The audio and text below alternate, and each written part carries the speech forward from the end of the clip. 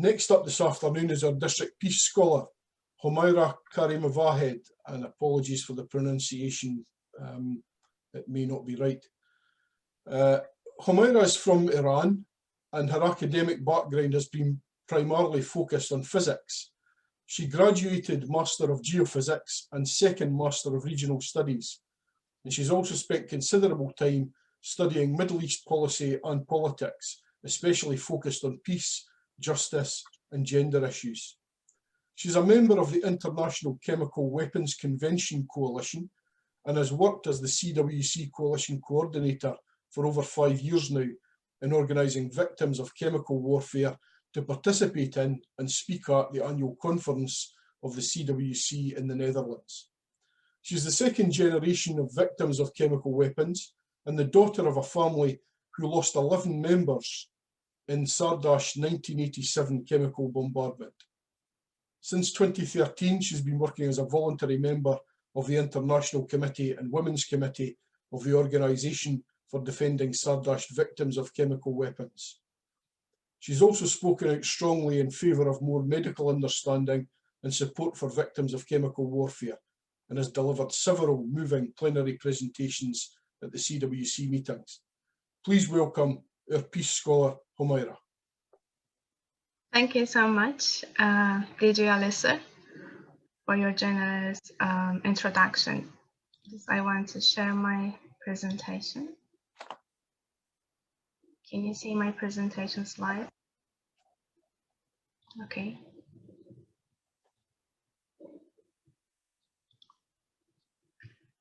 Thank you so much for inviting me. It's a really great opportunity to be here with you all. And I hope that you are fine. As DJ Alyssa said, my name is Homeyra and I'm from Iran. And now I'm a member of class 19 at Bradford Peace Center. Today, I am really delighted to talk to you about myself and my Rotary Peace Fellowship here at Bradford University. And my today presentation is divided into 5 main parts. First of all, I briefly introduce myself, and then I will give you some information about my city. After that, I will focus on my priorities, and then I will share some of my experiences and activities that I've done during these past few years. And finally, I will talk about what I'm going to do after my Peace Fellowship. Let's move to the next slide. Yeah. Who am I? I'm from Sardash. Sardash is a small city in the northwest of Iran. And I'm the second generation of Sardash chemical bombardment, which in a while I will discuss that. I'm also a member of International Committee and Women's Committee of ODVCW. It is an organization for defending Sardash victims of chemical weapons. This is an NGO, and I've been working with this NGO since 2013, voluntary. And my main responsibility at this NGO is organizing victims of chemical warfare to participate and speak at the annual conferences of CWC, of the Organization for the Prohibition of Chemical Weapons, OPCW, located in the Netherlands. And my academic background has been primarily focused on physics. My first master is on geophysics. My second master is on regional studies, and currently I'm studying my third master at Bradford University on sustainable development. And now I would like to give you some information about my city, the geographical position of my city named Sardash. As I said before, Sardash is located in the northwest of Iran. And you can see the white line here. It shows the border between 2 countries of Iran and Iraq. And you can see how much my city is close to the border with Iraq. This is one of the main reasons that during the Iran-Iraq war, my city was bombarded by chemical weapons. And I just put some slides of my city environment and our women traditional custom and the nature of Sardash. And as you may aware that Iran-Iraq war starts in 1980. And on 28 June 1987, the tragedy of my homeland was happened, and my homeland was invaded by Iraqi-backed military forces. And unfortunately, in a single day, 4 chemical bombs containing dirty mustard gas were dropped down into my city, and in just few hours, more than 30 persons, mostly children and old people, lost their lives due to severe respiratory problems. And at that time, the international community didn't condemn this brutal action.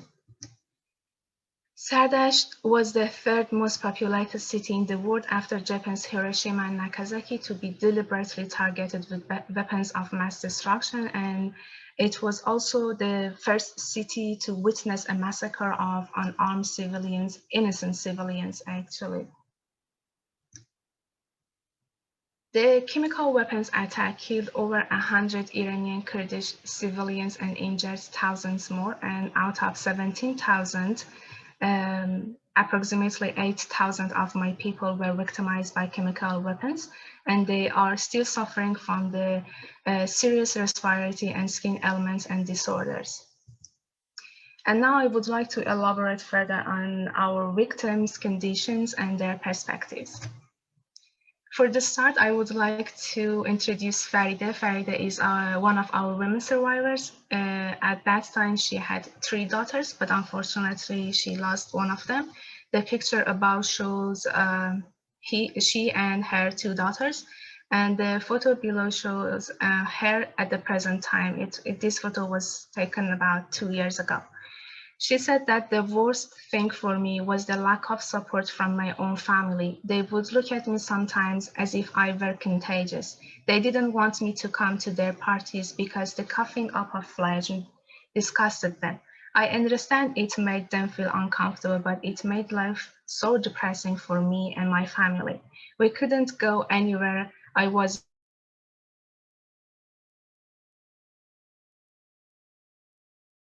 our survivors are suffering from psychological disorders as well, which somehow is so much painful. And I said that Sardash is a Kurdish society, and there is a few support for women in Kurdish societies, and also cultural expectation for married women in Kurdish society made recovery for these women and female survivors so much difficult. And now I would like sanctions, how the US sanctions against Iran impact our survivors. This is the result of the sanctions. The tragedy of Sardash happened on 1987. It's about 34 years ago. And our survivors used to use some medical and medicine equipment and for over 3 decades. But after the US sanctions, these medicine and medical equipment become scarce and really hard to find. So our survivors forced to replace those American and German brands to Indian and Iranian, which are in the lower quality brands. They forced to replace those medicines. And as you can see, they're old warning, which is, I believe that it is unfair. So my first priority is to ending embargo on medicine and medical equipment, because medical science is incapable of providing any care for these survivors, and we do not do anything for them, just we can help them to heal their pains. So, and unfortunately, with increase in their age, the problems and pains of these survivors grows bigger and so much difficult to cope with. And I believe that for victims in such a condition, availability of medicine and medical equipment is a crucial issue. My second priority is environment and health consequences. I said that during the Sardash attack, 4 chemical bombs containing dirty mustard gas were dropped. Dirty mustard gas remain in the environment for a period of 100 years. So we can say that dirty mustard gas still exists in the environment of Sardash. Just imagine that people every day drink water, every day eat fruits that grown out from the contaminated soil, and unfortunately, so far, no environmental cleanup project has been carried out in my city. My third priority, and I think it is one of the most one, is raising public awareness, because I believe in that if at that time international community condemned this brutal action, the tragedy of Halabja never would happen. And I said that, actually DJ Alistair said that I've lost 11 members of my family during this brutal action, and I put my hope in God that I am the last person that lost their family due to unconventional weapons, but unfortunately I'm not, and this using of unconventional weapon in 20th century is continued, and I want to work in this regard to raise the public awareness that say the word that the long-term effects of using unconventional weapon is so much dangerous. We have the survivors. These unconventional weapons not impact just only people. These weapons impact environment, impact animal as well.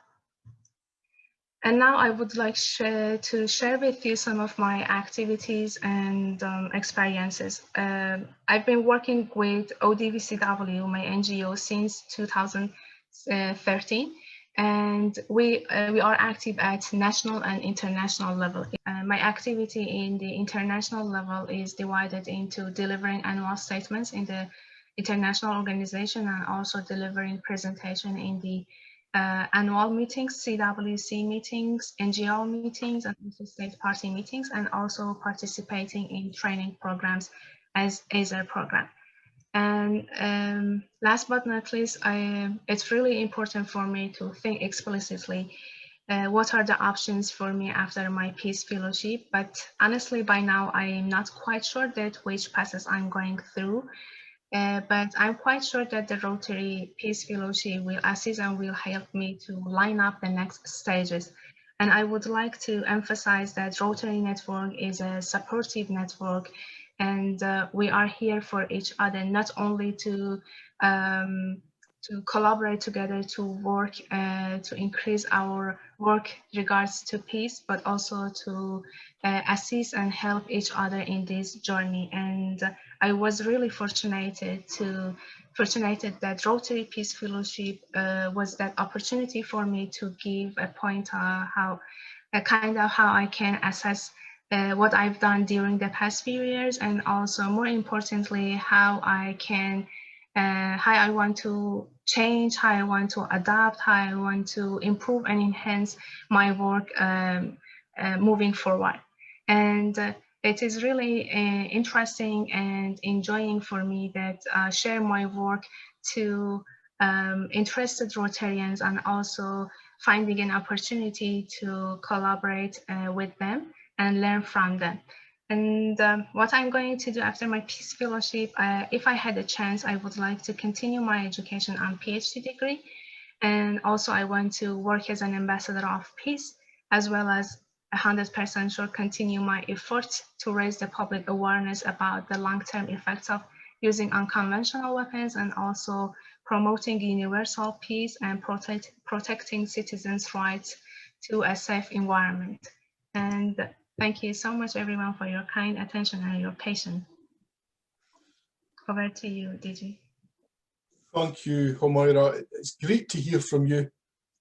Hopefully, at some point before you finish your studies at Bradford, you'll be able to make it to the district if things allow that. And we would love to host you here to hear some more about what you're doing.